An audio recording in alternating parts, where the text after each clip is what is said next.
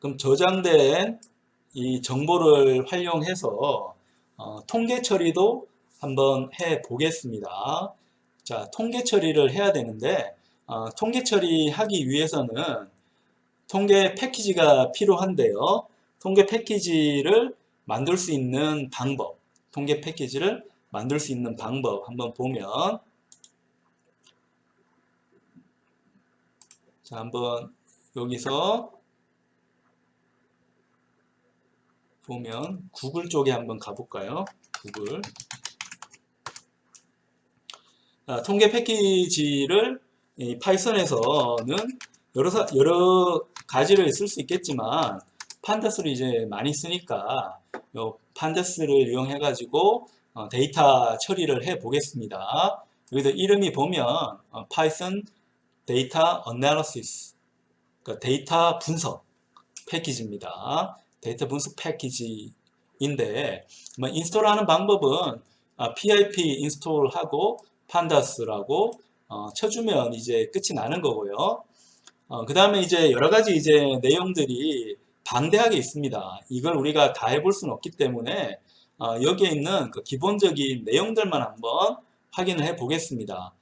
다큐먼트를 눌러서 들어가게 되면 뭐 여러 가지 정보를 이제 주는데요. 예를 들어 이제 유저 가이드 가면 자, 어떻게 이 판다스를 사용하는지 또 내용이 많이 나오게 됩니다. 여기서 이제 영어로 나오기 때문에 영어가 조금 불편할 수 있는데 어쨌건 여러분이 IT, ICT 이런 정보통신 기술을 한다면 영어의 벽을 또 넘어야 되니까 좀 편하게 생각해서 아주 뭐 어렵게 작성되어 있지는 않기 때문에 공부한다 생각하고 눌러서 이제 여러분 확인을 해주면 됩니다.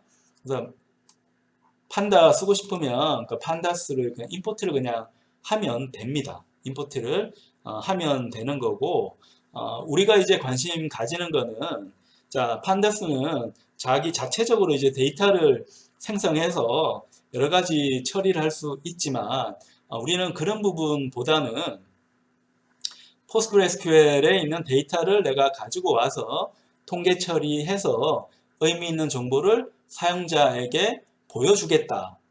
이런 부분에 더 관심을 가지고 있습니다. 자, 그래서 그 부분을 우리가 한번 더 해보도록 하겠습니다. 자, 그러면 이 판다를 이제 테스트를 해봐야 되니까, 자, 기존에 데이터베이스 테스트한 거를 이용을 하겠습니다. scikpg2라고 하는 이제 어댑터를 임포트를 하고요. 그 다음에 데이터베이스에 접근을 하기 위해서는 이 데이터베이스에 기본적인 정보를 넘겨줘서 커넥션을 만들어야 됩니다. 그 커넥션 정보는 컨에 들어가 있다 생각하고 이 커넥션에 대해 가지고 우리가 이 SQL 명령어를 이제 주고받아야 되는데 그 주고받는 클래스는 객체는 커서입니다. 커서를 받아서 요 커에다가 저장을 하겠습니다. 자, 저장을 하고 여기서 이제 우리가 명령어를 주면 되는데 예를 들어서 우리가 이 데이터베이스에서 마이볼트에 있는 모든 내용을 다 가지고 오고 싶으면 select from myvault 이렇게 해서 전부 다 가지고 오도록 해주면 됩니다. 아니면 내가 필요한 것만 여기에 헤딩을 이제 헤더 이름을 적어주면 됩니다. 요 헤더 이름은 이 칼럼이 어떤 특성을 가지고 있는지, 데이터베이스는 칼럼을 attribute이라 하기도 하고 field라고 하기도 하잖아요. 요 칼럼이 어떻게 이제 구성되어 있는지 거기에 대한 특색을 나타내주는 이름을 적게 되어 있습니다. 그래서 헤드의 이제 이름은 중요합니다. 그래서 이 헤드 이름은 relation에 대한 이제 스키마, 이 관계를 짓기 위한 이제 논거, 요약본, 뭐 이렇게 우리 생각할 수도 있습니다. 그래서 뭐 예를 들어 타임볼트로 한번 execute해서 갖고 와 볼까요? execute 해서 commit 하고 이제 다 갖고 와야 되니까 팻조를 해서 갖고 와서 dbinfo 하면 이렇게 우리가 저장했던 내용을 가지고 올 수 있고요. 요 db가 잘 왔는가 안 왔는가는 이 dbinfo 이 리스트의 랭스를 한번 보면 됩니다. 41개죠. 41개. 근데 얘를 pgadmin 가서 마이볼트 쪽을 보면 자 여기에 있는 키 값이 1번부터 시작해서 41번까지 가는데 그 41개가 제대로 왔다는 걸 보여줍니다. 근데 우리가 이제 데이터를 갖고 올 때 이 테이블에 있는 모든 정보를 다 갖고 온다. 모든 칼럼을 다 갖고 오고 싶으면 별표를 하나 해주면 됩니다. 이건 여러분이 데이터베이스 시간에 이미 배웠던 내용입니다. 그래서 이제 select는 굳이 이제 커밋을 할 필요는 없더라고요. 없어서 그냥 갖고 와서 요 dbinfo를 다시 한번 보면 자 아까와는 다르게 이제 각 로, 각 행 정보가 이제 3개씩 들어오죠. 3개씩.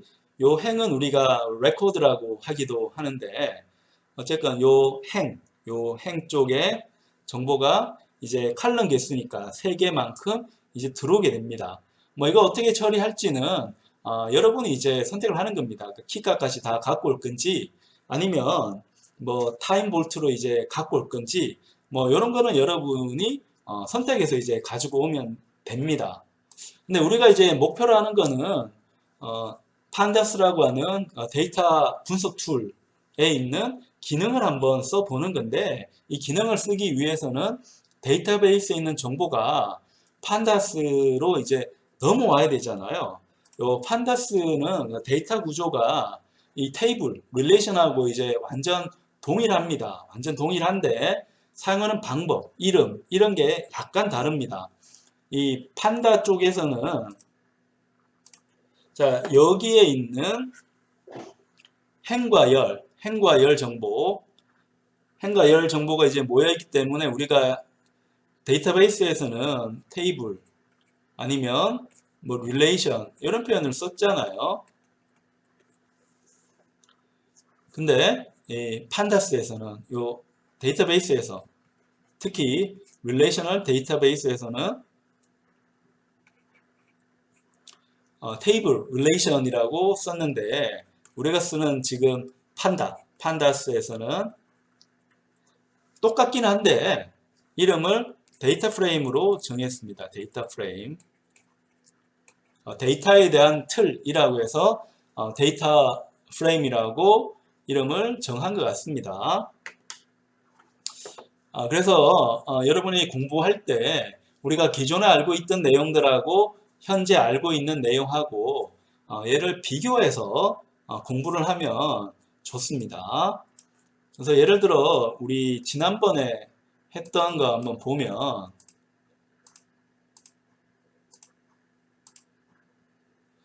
자, 이 인터넷 강의실 가서 보면 우리 포스트그레스QL을 봤잖아요. 그러니까 여기서 이제 여러 정보들을 여러분 볼 수가 있는데 요 정보들에서 이 참고 문헌도 있으니까 요 참고 문헌 이용해 가지고 기본적인 내용들을 여러분이 계속 보는 게 이제 좋습니다. 요걸 이용해서 여러분이 새롭게 배우고 있는 이 판다스에 대한 정보를 또 비교해 가면서 그러니까 쌓아가면 좋을 것 같습니다. 그래서 여기에 있는 내용들은 이제 데이터 프레임이라고 이제 부릅니다. 이 전체는 뭐라고 부른다고요? 이 전체는 데이터 프레임입니다. 데이터 프레임으로 이름을 붙이고 있고 여기도 행과 열이 있네요. 그러니까 가로 방향이 당연히 행이겠고 세로 방향으로 이제 가는 거는 열입니다. 행과 열인데 영어로는 행은 row, 열은 column이라고 붙입니다. 그래서 column이라는 게 있고 요 column name 우리 데이터베이스에서는 뭐 head name이라고 했는데 뭐 이름은 약간씩 바뀌지만 똑같다고 보면 됩니다. 그 다음에 이 각각에 있는 원소들은 다 데이터가 되는 거고요. 데이터가 되는 거고, 그 다음에 여기 액시스가 있는데, 액시스 0번은 요 인덱스, 요쪽. 자, 이 데이터베이스에서도 키 값은 서로 달라야 되잖아요. 얘도 이제 인덱스 이용해가지고 다르게 이제 배치를 하는 것 같습니다. 얘가 이제 축 번호로는 0번이 되는 거고, 칼럼은 이제 액시스가 1번이 되는 거고요. 그래서 요 인덱스가 있는데, 요 인덱스에 대한 꼬리표가 또 있어야 되니까 걔를 인덱스 레이블이라고 부릅니다. 인덱스 레이블. 그래서 가로 방향 정보가 있고 세로 방향 정보가 있다는 거 꼭 기억을 해야 됩니다. 행과 열로 우리가 배웠던 관계형 데이터베이스 RDB하고 동일하게 이제 구성이 되어져 있다는 거. 근데 어쨌건 우리가 쓰는 이 판다스의 데이터 프레임은 포스트그레스QL의 테이블하고는 다르죠. 근원적으로 이제 행과 열로 구성된 데이터니까 똑같다고 하더라도 어쨌든 자료 구조가 다르기 때문에 하나에서 나머지 쪽으로 변환되는 것은 어렵습니다. 변환하고 싶으면 우리가 여기에 대한 코딩을 해줘야 됩니다. 근데 판다스는 이 포스트그레스QL을 많이 쓰고 있다는 걸 알고 있기 때문에 어떻게 했을까요? 입출력을 할 수 있도록 해주겠죠. 입출력을 할 수 있도록. 자, 그래서 여기 판다스에 보면 입출력을 할 수 있는 패키지를 제공하고 있습니다. 그래서 임포트를 하는데 우리 판다스 밑에 IO가 있고 IO 밑에 SQL이 있습니다. SQL. 얘를 자, PSQL로 이렇게 받습니다. PostgreSQL로 이제 받아요. 받아서 얘를 이용해 가지고 우리 데이터베이스에 있는 거를 판다스의 데이터 프레임으로 가지고 오겠습니다. 그래서 얘를 한번 해보려고 하는 겁니다. 자, 여기서 데이터 프레임으로 포스트그레스QL에서 데이터 프레임으로 한번 넘겨보고 싶어요. 어떻게 넘길까? 이제 고민할 필요 없이 자, 판다스에서 제공하는 SQL IO를 사용을 하면 됩니다. 사용하면 되고, 자, 이 데이터 프레임을 갖고 오고 싶으면 요 PSQL에다가 자, read SQL이라는 함수를 호출하면 됩니다. 여기 어떻게 쓰는가 궁금하면 헬프를 해주면 결과가 나오겠죠. 그래서 퀴리 보내서 그냥 읽는 겁니다. 읽는 거라서 사실 뭐 특별한 거는 없다고 생각이 되고요. 그러니까 PSQL 해서 자, 나는 자, select해서 타임하고 이 볼트를 갖고 오겠습니다. 어디서 갖고 오는가 하면 테이블 이름이 뭐였습니까? 테이블 이름이 myVolt였죠. myVolt에서 이제 타임하고 볼트를 가지고 오겠습니다. myVolt에서 소문자로 써야 되는 가지고 오겠고, 근데 어떤 커넥션에서 갖고 올지 모르잖아요. 모르니까 자, 우리가 생성했던 커넥션을 다시 호출을 해줘야 됩니다. 요게 아까 생성했던 커넥션 이름이죠. 콘을 보내줍니다. 여기다가 자, 보내준 거를 데이터 프레임으로 받아야 됩니다.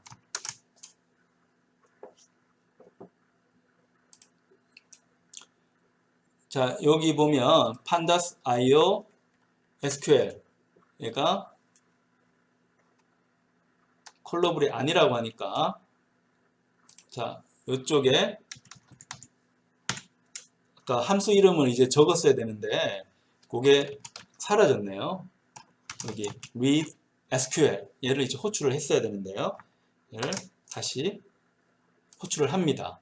그러면 우리가 PostgreSQL에 사용하는 그 명령어를 그대로 여기다가 적어주면 됩니다. 그럼 이 df라고 하는 게 그 데이터 프레임인데 데이터 프레임이 어떻게 구성됐는지 궁금하잖아요. 그래서 얘를 이렇게 프린트를 해볼 수 있습니다.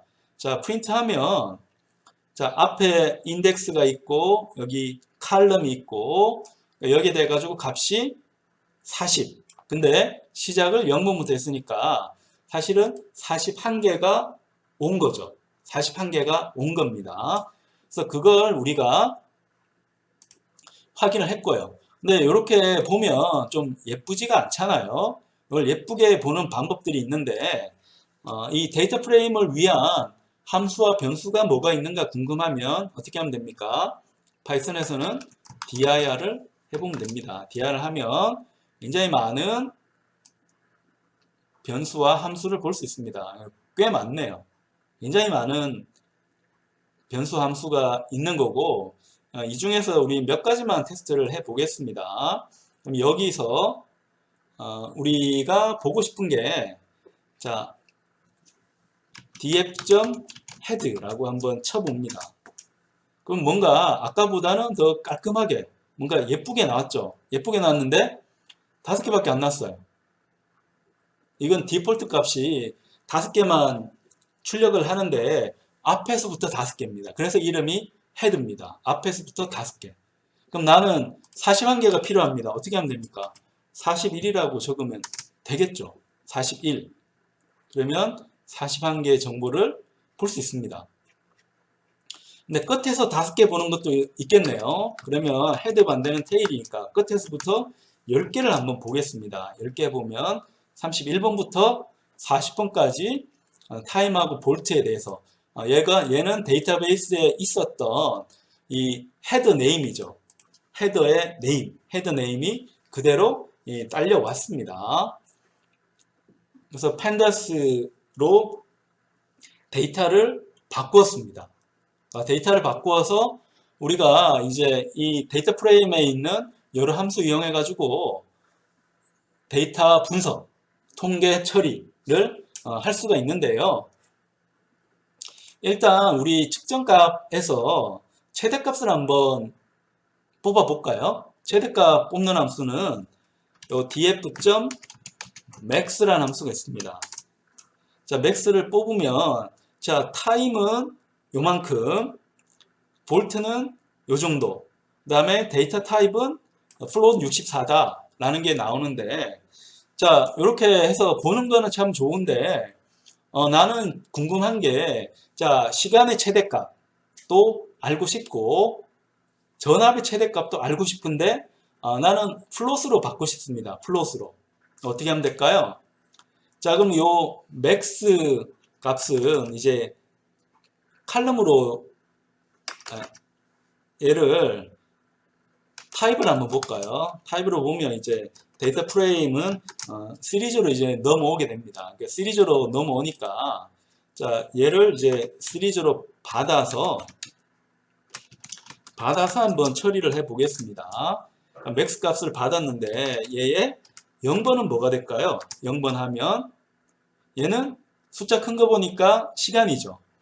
그러면 자, 우리 시리즈로 이제 받는다고 하는 거는 자, 이 가로 방향으로 데이터를 받는다 이렇게 생각하면 되겠고 첫 번째 0번째 인덱스는 시간 정보가 넘어오는 거고 1번 두 번째 정보는 볼트가 넘어오는 겁니다. 그래서 얘를 1이라고 하면 이제 전압값이 나오게 됩니다. 전압값이 나오게 되고 자, 요런 특성들을 그냥 나는 지금 최대값만 보고 있는데 전체적으로 한번 보고 싶다라고 하면 여기에 describe를 호출하면 됩니다. 그럼 여기에 대해서 깔끔하게 이 데이터 처리한 내용이 나옵니다. 그러니까 count는 이제 몇 개냐, 자, mean 값 얼마, 그 다음에 standard 값 얼마, 그 다음에 스탠다드 디비에이션이니까 표준 편차입니다. 표준 편차 얼마인지, 최저값, 민값 얼마인지, 최대값 얼마인지, 그 다음에 25%, 50%, 75%. 얘는 중간값인 것 같아요. 중간값. 그러니까 맨 작은 값부터 큰 값까지 배치를 했을 때 딱 중간에 오는 값이 뭐냐라는 거를 이제 보여주는 거고, 25%는 당연히 전체 중에서 4분의 1에 해당되는 값이겠죠. 0%는 당연히 민 값이 될 거고, 100%는 맥스 값이 될 거고요. 75%는 1%, 0%부터 줄을 쫙 세웠을 때 75%에 위치하는 그 값을 보여주고 있습니다. 자, 그걸 디스크라이브를 하면 굉장히 깔끔한 인터페이스로 우리가 정보를 볼 수 있고, 그래서 우리 아까 이 맥스 값 했잖아요. 맥스 값 했으니까 민 값도 한번 해볼까요? 자, 민 값 한번 해보면 민 값이 이제 넘어와서 이번에는 제일 작은 시간값, 제일 작은 전압, 그걸 우리가 볼 수 있는 거고, 자, 평균도 우리가 계산할 수 있습니다. 평균. 자, 평균도 계산할 수 있어서 평균도 이렇게 쳐서 보면 평균은 이 타임은 너무 이제 큰 값이 들어갔으니까 거의 의미가 없는 거고, 중요한 거는 요 값입니다. 우리가 이제 이 아두이노 보드가 이 센서 값에서 정보를 측정하는데, 우리가 통신 시간에 항상 배우지만, 자, 여기에 있는 이 정보는 항상 잡음이 타게 되어져 있습니다. 잡음이 타게 되어져 있기 때문에 이 잡음을 제거를 해야 되고, 잡음을 제거하기 위한 가장 쉬운 방법은 평균을 취하는 겁니다. 우리가 뭐 성적 평가할 때 매번 평균으로 이제 평가하잖아요. 그런 것처럼 이 잡음이 탄 경우에 이 잡음은 올라가기도 하고 내려가기도 하는데, 굉장히 많이 더하게 되면 잡음의 영향은 더하기 빼기 해서 그냥 0이 돼버리니까 잡음은 원래값, 참값이 나오게 됩니다. 물론 이걸 하기 위해서는 한 가지 조건이 있는 게, 측정을 자주 해야 됩니다. 그 말은 측정을 긴 시간 동안 하면 할수록 더 정확한 값을 얻을 수 있다는 겁니다. 측정을 딱 한 번만 했는데 참값을 얻으면 참 좋겠지만, 현실은 내가 얻는 게 있으면 잃는 게 하나가 생기는 겁니다. 통신에서는 이런 외줄 타기를 이제 잘 해야 됩니다. 그래서 통신이 어렵기도 하고 또 재미있기도 합니다. 그래서 정확성을 얻고 싶으면 시간을 포기해야 됩니다. 근데 정확성을 약간 버리면 더 빠르게 측정이 가능합니다. 그래서 이런 취사 선택이 정보 처리할 때 필요한데, 이런 취사 선택을 도와주는 게 뭐라고요? 데이터 어널리시스 아니면 스태티스틱스라고 하는 통계입니다. 통계라고 하는 게 수학에만 있는 게 아니고, 자, 우리가 정보를 처리할 때도 항시 사용하는 개념입니다. 그래서 평균값을 알고 싶으면, 우리가 전압을 측정했는데 측정한 전압이 이제 여기는 뭐 특별히 연결된 게 없으니까 값이 출렁출렁 하는데, 내가 아무리 잘 측정하더라도 이 전압값은 흔들리거든요. 그 흔들리는 전압값은 평균을 이용해 가지고 좀 더 안정되게 이제 뽑을 수가 있습니다. 그러니까 이런 기능은 이 아두이노 안에 있는 센서 쪽에 넣어도 되는 거고, 아니면 컴퓨팅 파워가 우수한 PC 센서로 갖고 와가지고 우리가 정보 처리를 해도 됩니다. 그다음에 마지막에 우리 테스트 하고 싶은 거는, 자, 여기에 있는 스탠더드 디비에이션입니다. 표준 편차라고 하는 거. 자, 이 표준 편차도 통신에서는 상당히 중요합니다. 표준 편차도 한번 볼까요? 그러니까 0번은 타임이라 큰 의미가 없고, 그 다음에 이제 1번은 그 전압에 대한 측정인데, 자, 전압에 대한 측정을 했는데 표준 편차가 6.5가 나왔다. 이러면 측정이 어떻다는 겁니까? 표준 편차는 데이터가 얼마나 퍼져 있는가 하는 겁니다. 데이터가 하나도 퍼져 있지 않으면 표준 편차는 0이 나옵니다. 이게 통신하는 사람들이 가장 좋아하는 상황이지만 현실에서는 불가능합니다. 잡음이 있기 때문에요. 그래서 잡음이 강한가 강하지 않는가는 평균을 취해서는 알 수가 없어요. 평균은 어떻게 된다고 했습니까? 잡음 영향이 사라진다고 했죠. 근데 표준 편차는 잡음이 사라지지 않고 잡음 영향이 나타납니다.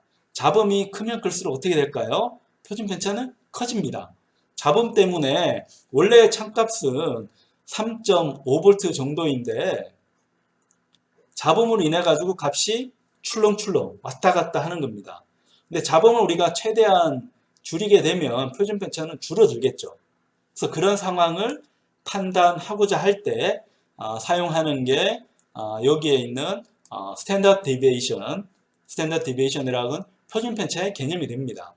그래서 이 스탠다드 디비에이션을 제곱하게 되면 분산이 되는 거죠. 분산이 되는 거라서 예를 들어 우리 얘를 이제 S라고 해서 데이터를 받았으면 S를 제곱하게 되면 얘는 분산이 됩니다. 그러니까 variance라고 하는 분산이 돼서 통계 처리에서 필요한 평균, 표준편차, 분산 이런 것들을 더 다양하게 우리가 얻을 수가 있습니다. 여기서는 기본적으로 펜더스 사용법에 대해 가지고 우리가 한번 연습을 해봤지만 이 펜더스는 이것보다 더 많은 내용이 있습니다. 그래서 여러분이 이제 궁금하다고 하면 우리 펜더스 사이트에 가서 정보를 얻을 수도 있고 처음이라서 영어 공부하는 게 좀 어렵다고 하면 교재도 뭐 그렇게 많지는 않은 것 같은데 교재도 나오고 있으니까 한글로 된 교재를 참고할 수도 있습니다.